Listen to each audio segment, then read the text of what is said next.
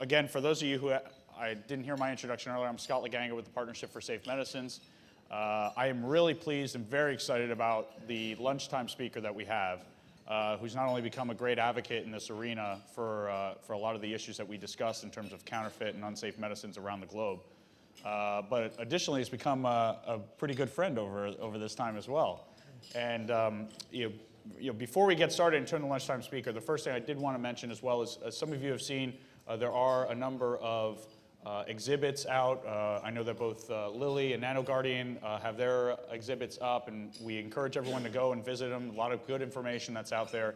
I know a lot of the other companies and sponsors and supporters that we had involved all have their information around and have representatives here for the conference. So that's wonderful to hear, and we encourage everyone to meet with one another. What we're going to do, and we actually have a bit of a video that we've put together, and with Bejon's assistance, speaking with some key entities and constituencies and partners that Bejon has developed amazing working relationships with in India, modeled similarly to what the partnership has done here in the US and with a lot of our international work as well. And we've said for quite some time, the board and I have talked about this idea that wouldn't it be great to see this model encouraged and developed in other parts of the world? We can believe that we could do it all, but we would be abysmal failures. So we'd be better suited to work with partners and individuals with the same passion and interest on an issue like this, and find the opportunities to really drive this messaging to other parts of the world and to those areas that are even more affected by the panel discussions that we heard today, where they don't have the regulatory infrastructure, they don't have the checks in the system to protect patients, and patients in some cases have less information, and in other cases see it too much firsthand. And so before we get in terms of the video, I just want to say a few remarks about Bejon and the work we've done thus far. And through our work and having the opportunity to meet with individuals and organizations all around the world, in countries ranging from the work that the partnership has done in Ghana, in Ireland, in India, in China, and as we diligently work to raise awareness around a public health threat, our work with government agencies to make public officials more aware of these issues, our work with regulators, and patient advocates, and all of the other players, but we often need to find who is that individual within a country who could really help drive this type of agenda. And that's where we come to this discussion today. I want to have everyone join me in welcoming Bejon Misra, the founder and interim head of the Partnership for Safe Medicines India. Bejon's one of the leading consumer advocates in India. We went through a vetting process of trying to find out what kind of background does this guy have? And I could not find an individual, both in the public or private sector, that had any cautiousness about an engagement with Bejon Misra. And that's something that we certainly value, and we know there's going to be a benefit to the effort moving forward. In addition to his work for the partnership, Bejon is managing director and trustee of the Consumer Online Foundation, the founder and trustee of Healthy You Foundation, and the chairman of Cell for Consumer Education and Advocacy based in New Delhi, India. So with that, I welcome Bejon Misra. Thanks.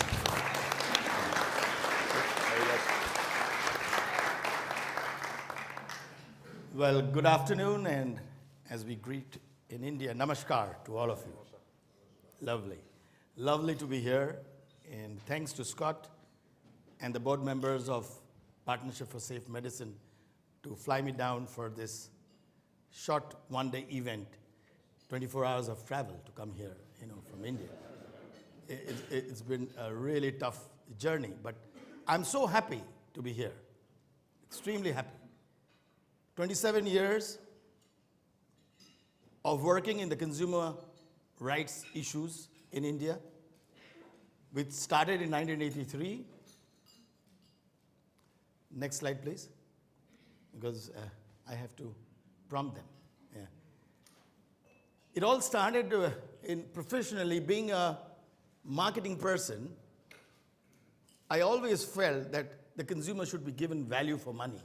And in India, at that point of time in the 80s, what we found was there were huge monopolies and cartels which were there, and consumer hardly had any say. And it was in 1983 that we all decided that we must have one voice of the consumer. And the first thing we did was to dismantle these whole big monopolies which were there, run by the public sector. And we tried to bring in the early 90s, what we said was a fair degree of competition, a choice to the consumer. And that's where the journey started. And what I'm happy about is, in this 27 years of journey, I've met several kinds of people with several dimensions and with a lot of perspectives in terms of consumer rights. And I've been also fortunate that I traveled almost to 30 countries to study the consumer rights issues in those countries, starting from your own country here. And what has definitely delighted me was I learned the right way of creating a healthy advocacy. I learned to do a lot of good research, which worked as tools for advocacy. And I also learned how to involve the stakeholders in bringing all of them together. Next slide, please. So what are our objectives and why I am here with the partnership? It's very clear. What I intend to do is that at the end of the day, the consumer is paying for the product and the services. It's not only the taxpayers' money, it's also the consumer's money, which we are all using. And how do we ensure that we deliver that value for money to the consumer? Because the consumer has a lot of trust, not only on the product and the brand, but also at the distribution chain and the actors who are involved in reaching that value to the consumers.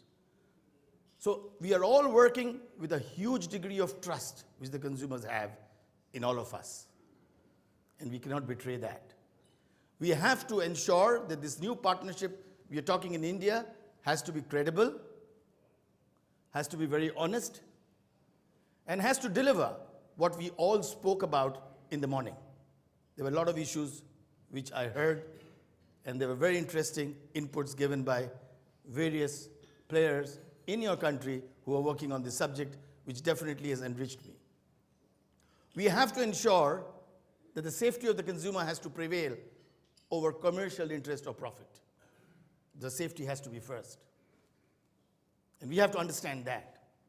And while we are working on doing that, what we all need to do is not forget that face of the poor and the vulnerable and the people who can't reach us, people who are not able to get to us. And here I would always like to quote our most favorite leader, Mahatma Gandhi. You know, he always said that whenever you want to put a policy in place, give that policy the face of the poor. Does the policy reach the most vulnerable people who are not able to be heard or being seen? And if the policy addresses that, then I think we are doing a great job. Next, please.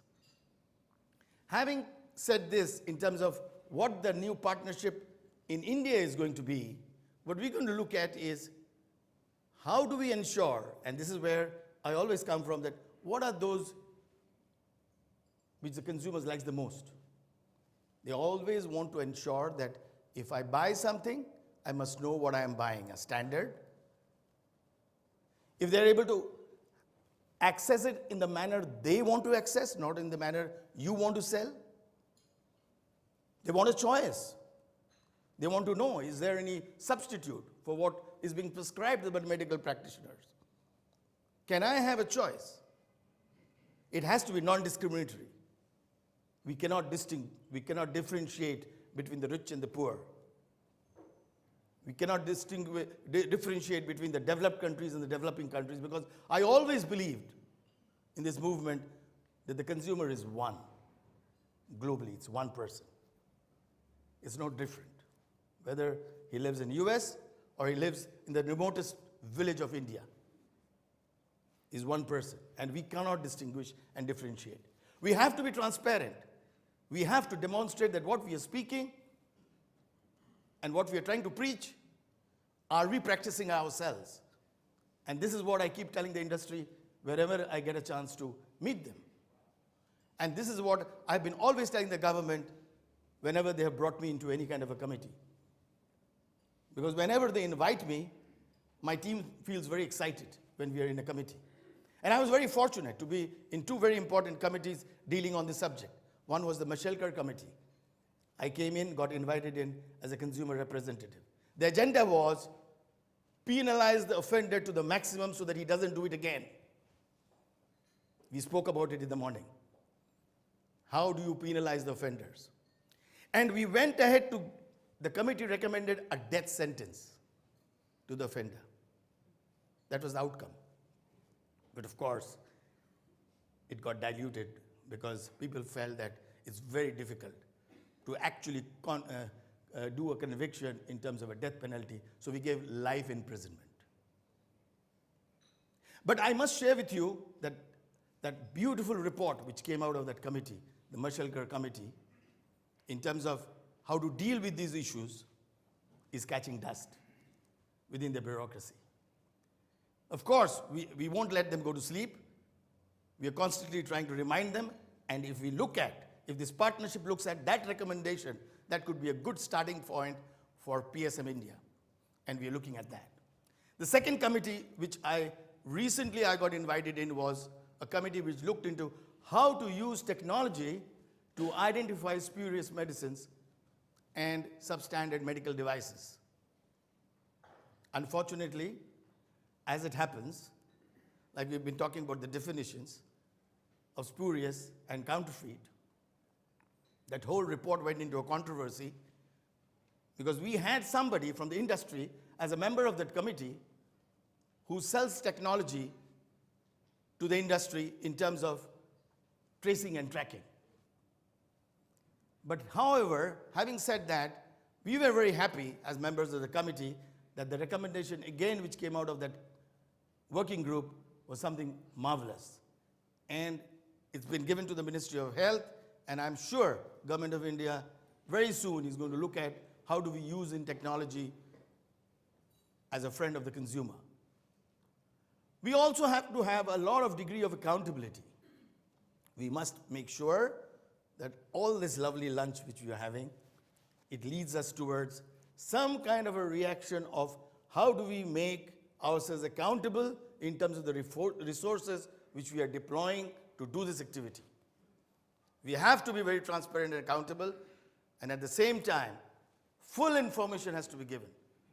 We cannot make people not accessible to full information. And of course, the best friend of the consumer is quality. And what we have been talking about is this partnership has to move towards quality medicines made accessible and made most affordable to everyone around the world. Next slide, please.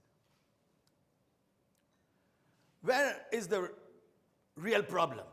Is huge kind of deterioration in values. What we found, what we used to have as values earlier, we don't consider them as important now. We also find that there's a great degree of commercialization into all the issues which we talk about. We are not giving it a human face.